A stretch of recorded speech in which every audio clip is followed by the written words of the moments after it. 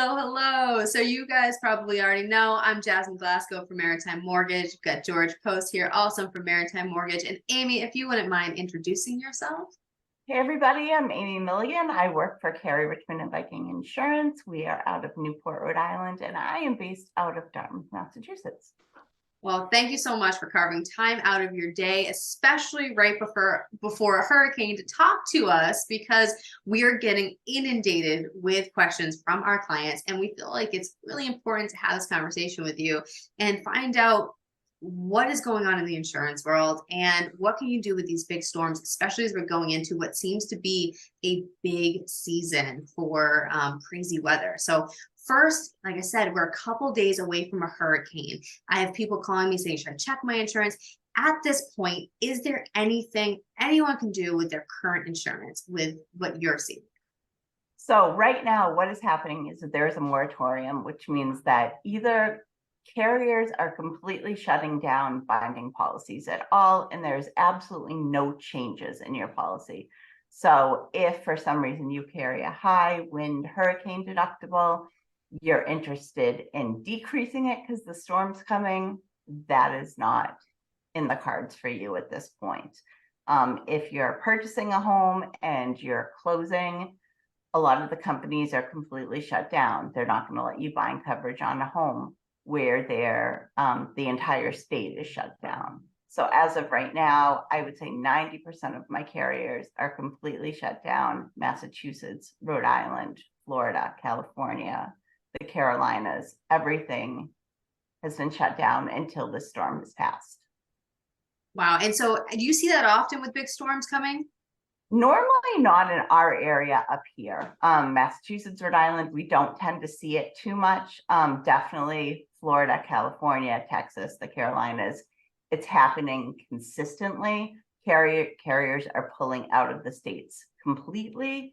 But because of the catastrophes that's happening in other states, they are starting to be more cautious in states that are coastal. Okay, then that makes sense. So once it kind of opens back up again, what would you ask your clients to reevaluate in their policies, or new clients that are looking at policies? What are you going to draw their attention to? Because I know for me, I'm thinking about trees, I'm thinking about water, I'm thinking about wind. I don't have shutters on my house, but I'd be thinking about those if I did. So there are coastal markets. And what happens in insurance is when you are looking at a policy, your agent and your carrier is going to look at how far you are from the coast. How far you are from the coast is then going to determine if you have a wind deductible and a hurricane deductible. We, as an agency, work with carriers that do not demand that you carry wind deductibles and hurricane deductibles. But if you tend to be a mile from the coast, most carriers will put it on there regardless. There's a difference between a wind deductible and a hurricane deductible. Wind would be any storm that carries wind. A hurricane, yeah, exactly. A wicked nor'easter. Hurricane, yeah. A hurricane and then named storm would be what this is right now, what Lee is. So if it was just a wind storm, knocked over trees, you're completely fine. With this named storm, you would have to have a deductible specifically for a named storm or a hurricane to have it impact your insurance. Makes sense. So you're gonna advise people take a look at that. What about the water? Flooding has been crazy this last week. Leominster got 9 inches of rain. I have 2 or 3 clients in Leominster who are either experiencing basement flooding or yard flooding, and they're wondering if they're suddenly now in flood zones because of the dam breaking. So what would you tell them to reevaluate once this moratorium? So when it's lifted, whenever somebody is interested in purchasing insurance in general, if they're buying a house, they're looking to switch because their premiums have increased, I always discuss flood insurance. When you are in a flood zone, it is required if you have a mortgage. If you don't have a mortgage, it's not required. So I start at the basics. Flood insurance in general, if you have a mortgage, if you're in a flood zone, required in general. If you are not, it is still a great thing if you're in a coastal area, because if you're near the water, like these people in Leominster, there's a good chance that they were close to the water in general, but not technically in a flood zone. So if you're not in a flood zone, flood insurance tends to cost about $500 for the year. It's wow. very inexpensive, but it does cover a catastrophe like this. So in Leominster, where that happened to happen, if their basement flooded and they did not have flood insurance, they are not going to be covered by their normal carrier, their standard market carrier. So all that damage is out of pocket at that point. Absolutely.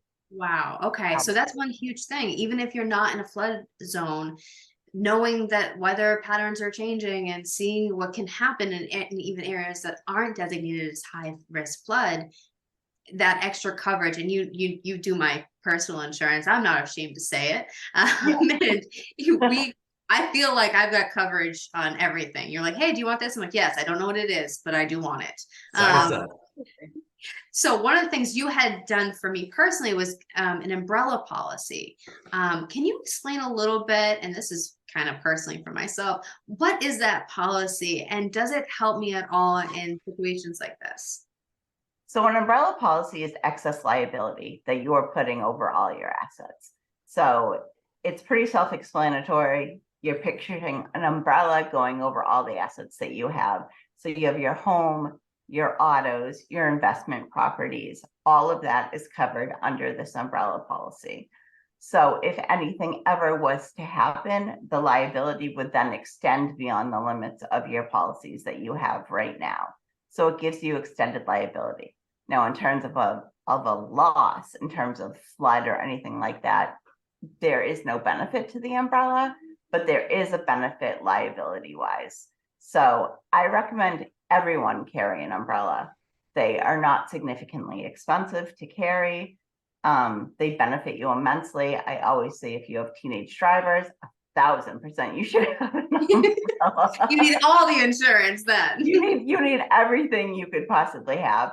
But if you have investment properties, that is a huge reason to have an umbrella as well, because you have other people and properties that you own and you're trusting them to make good decisions. So that as well. If you have dogs, an umbrella is extremely expensive. I'm sorry, important to have as well. It's still not that expensive. Yeah, and extremely important to have as well. Because there is that liability that if anything was to happen with a dog, you would want to be covered. And that is one of the most expensive liability claims that comes in for home insurance. Yeah, I can say, like, even with the liability, just in terms of cost for the umbrella, it's one of the more inexpensive coverages. I think I've got and maybe you can advise on how much of an umbrella you should have. I think mine's 2 million. I should know this, but couple houses, couple investments, it was only $300 or $400 a year. Exactly. I mean, when you add it all up with the rest of life, it's a drop in the bucket, is what I feel.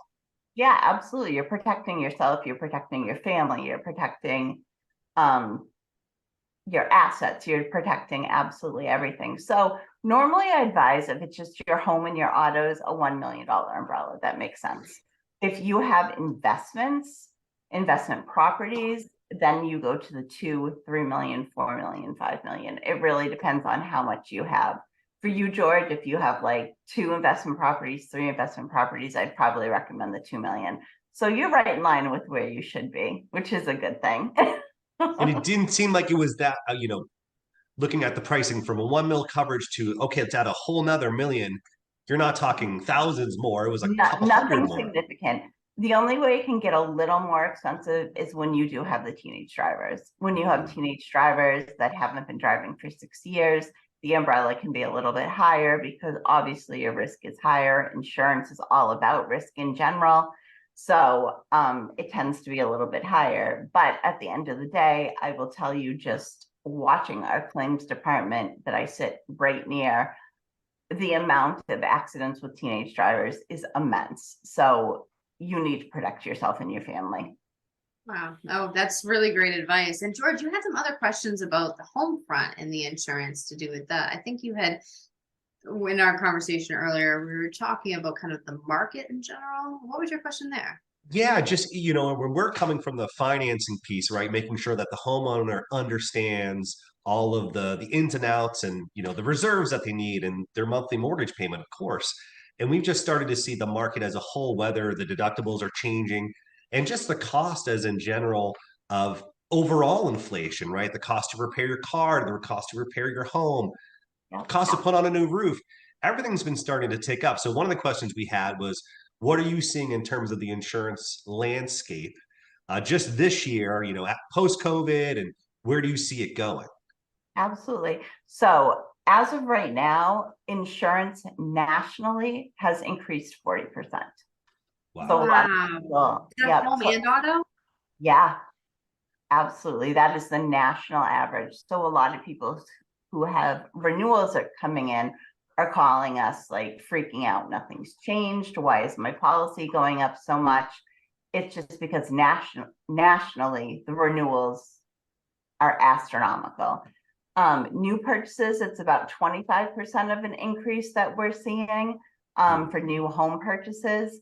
So whereas your average home was about $1,200 a year, we're looking about $1,500, $1,600, $1,700 for your average $400,000 home. So that tends to be a lot more expensive. And also what we're seeing is that policies are being underwritten by the companies a lot more specifically. So when I normally would be able to provide clients with a quote within 24 hours, sometimes it's taking 48 hours up to a week to even get a quote back because they're paying more attention to the trees around your property. They're paying more attention to the coastal area that you're in. Anything that could cause risk to them, they're all over it. So the market landscape has completely changed. As well, a lot of carriers are pulling out of states completely. So I've heard that in Florida. We've had some real big difficulty getting insurance quotes for clients in Florida as a whole. But Florida certain by far is the most difficult market to write in right now. California, a lot of carriers have pulled out of California, Texas, the Carolinas. Right now, I think in the past week, 3 or 4 carriers have pulled out of Rhode Island because Rhode Island is so coastal. So the market in and of itself has become very, very difficult. But just to talk about the benefit of working with someone like me, I am a broker. So my company works with 40 carriers. So when you're struggling to find coverage, when you need coverage quickly, someone like myself can help you instead of, your TV insurance company that is just one carrier and that's your only option. So I'm able to all about the benefit of brokers. Yes, absolutely. So I'm able to find things quickly, easily, normally cost effective, and still put you in a good policy that will protect yourself. Wow. So when you're saying 3 or 4 pull out, you're seeing a 10%. You still have those 90% other, carriers to absolutely. So lots of options that are still out there for people who are purchasing houses right now. But the biggest difference is the coastal markets right now. And anything that's happening in those areas are being micromanaged and they're under a microscope right now. Which I feel is fair. What I found interesting too, you mentioned, hey, that traditional, we think of, 3-bedroom, 2-bath, 1,600 square feet. Yeah. That used to be 1,200 a year to insure.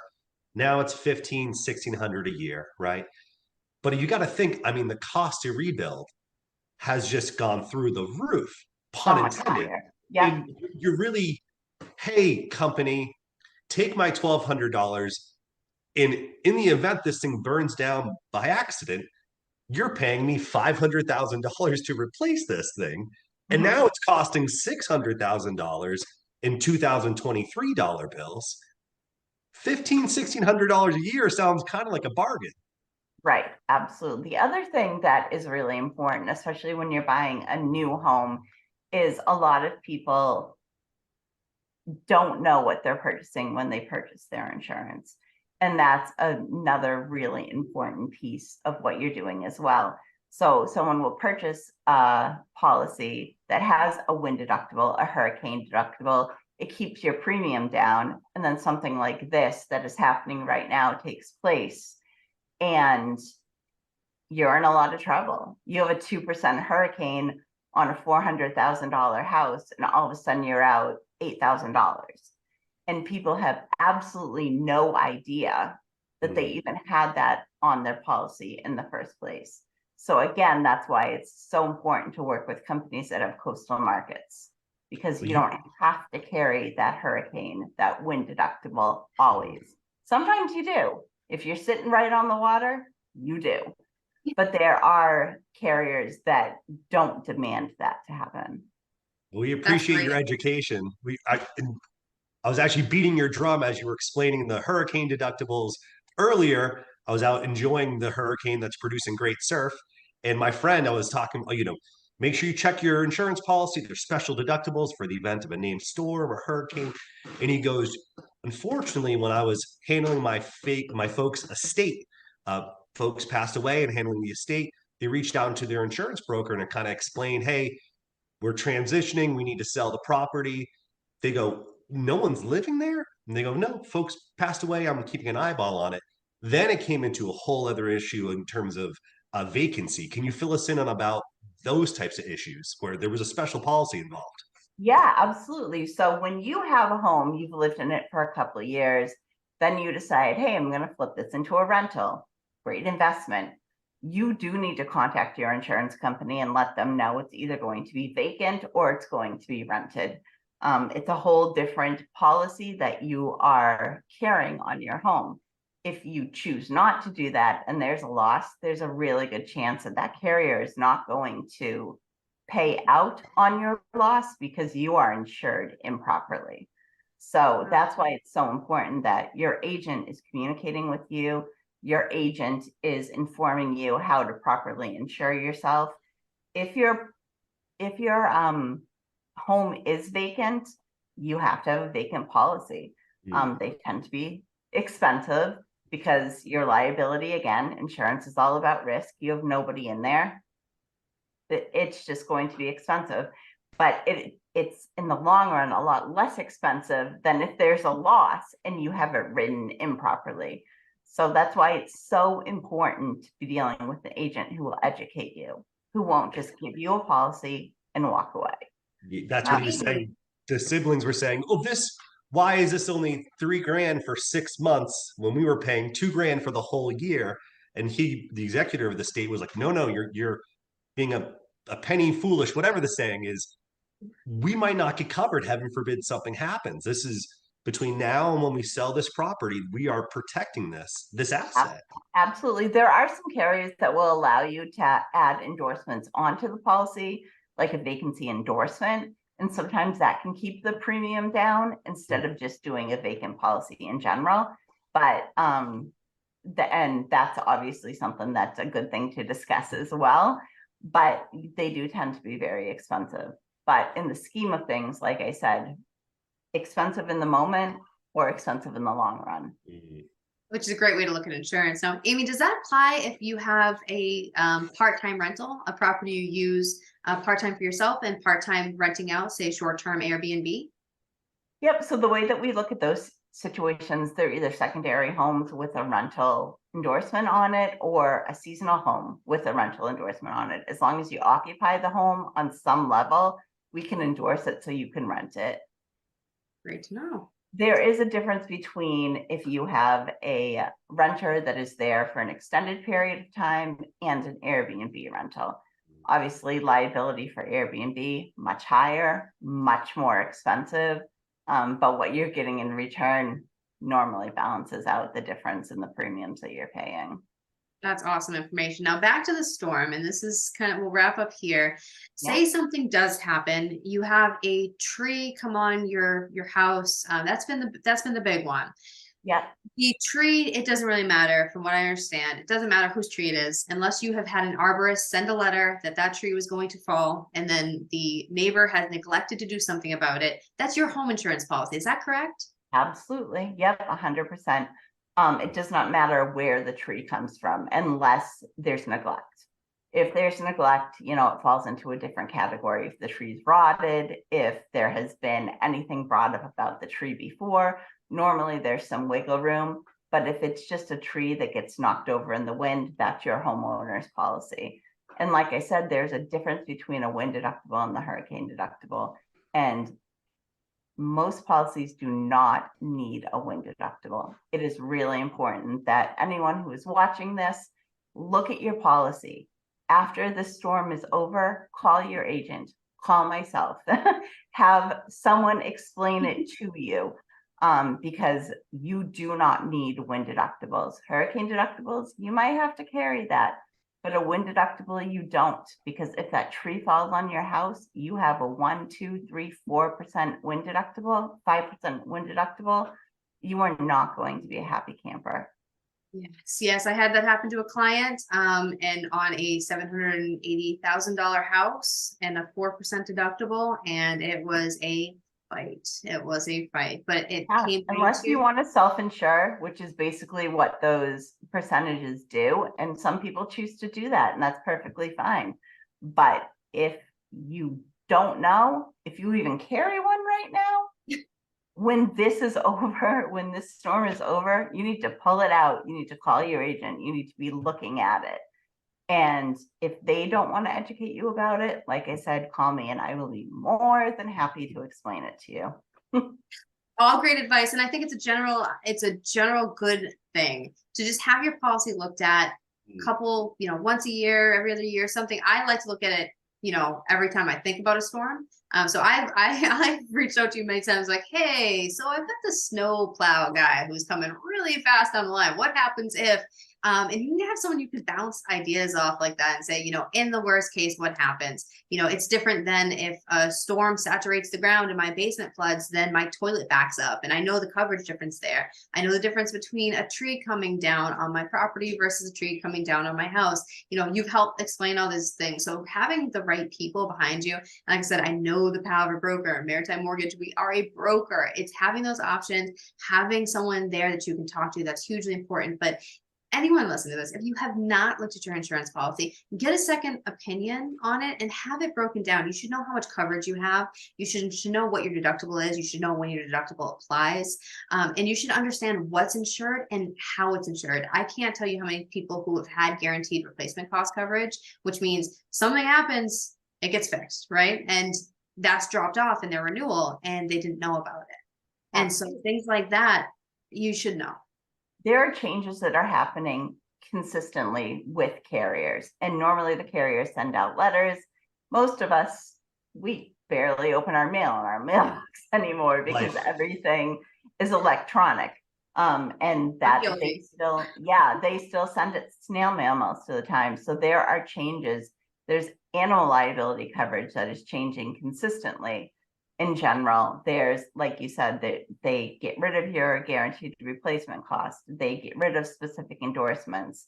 They lower coverages. They raise coverages. Normally, people aren't paying attention to those things on the daily. They notice it 4 or 5 years down the road.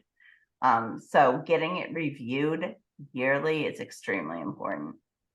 Well, I think you have just given us a ton of awesome information. Thank you so much for joining us. Would you mind letting people know how to reach you? Absolutely. So my office phone number is 508-742-4565. My email is amilligan@crvinsurance.com.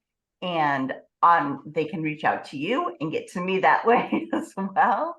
And yeah, I would be happy to help anyone who has questions. Absolutely. That's what I'm here for. Well, thank you so much for joining us. And thank you so much for all of that valuable information. I learned a lot. I always do from you. Until next time, Amy, have an awesome day. Absolutely. Everybody stay safe.